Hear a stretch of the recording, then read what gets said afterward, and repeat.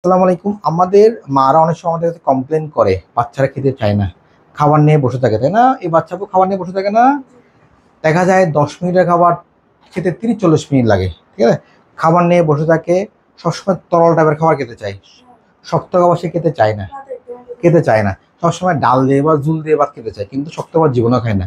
ওর পাশে একটা জুস রাখলাম, একটা মুরগির মাংস রাখলাম, জুসটা সে ইজিলি খেয়ে ফেলে, কিন্তু মুরগির মাংস সে খেতে চায় না।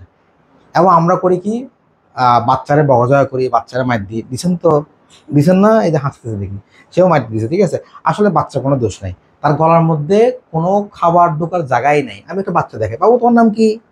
নাম ও আছে, দেখি দেখি, হ্যাঁ, ইজি একদম। দেখেন, এটা কি দেখছেন?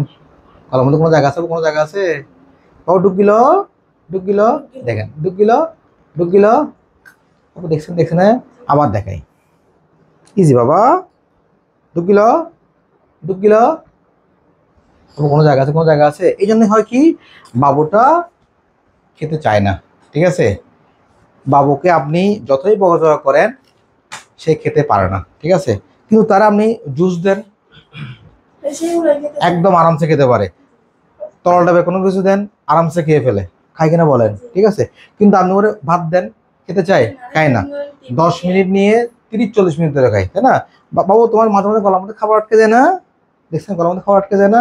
ওকে, এইসব রুগীদের কারণ কি? কারণ হচ্ছে আপু, তার গলার ভেতরে কোনো স্পেসই নেই, কোনো জায়গা। নর্মাল গলার মধ্যে যে পরিমাণ জায়গা থাকতে হবে, তার গলার মধ্যে কোনো জায়গা নেই। জায়গা না থাকার কারণে বাচ্চা খেতে পারে না। এটা ওর কোনো দোষ না। আমরা তো বুঝতে পারছেন, আমরা মারা মনে করি বাচ্চা খেতে যাচ্ছে না, বাচ্চা মনে পেটে রুচি নেই। আপনি এটা মনে করছেন না? ভিটামিন খাওয়াইছেন তো, খাওয়াইছেন না? অথচ ভিটামিনের কাজ কি এখানে? তার তো বাচ্চার গলার মধ্যে কোনো জায়গাই নেই। জায়গা আছে আপু? ওকে, এটা নিয়ে টেনশন করার কিছু নাই, বুঝতে পারলাম, ঠিক করে দেবো, টেনশন করার কিছু নেই, হ্যাঁ।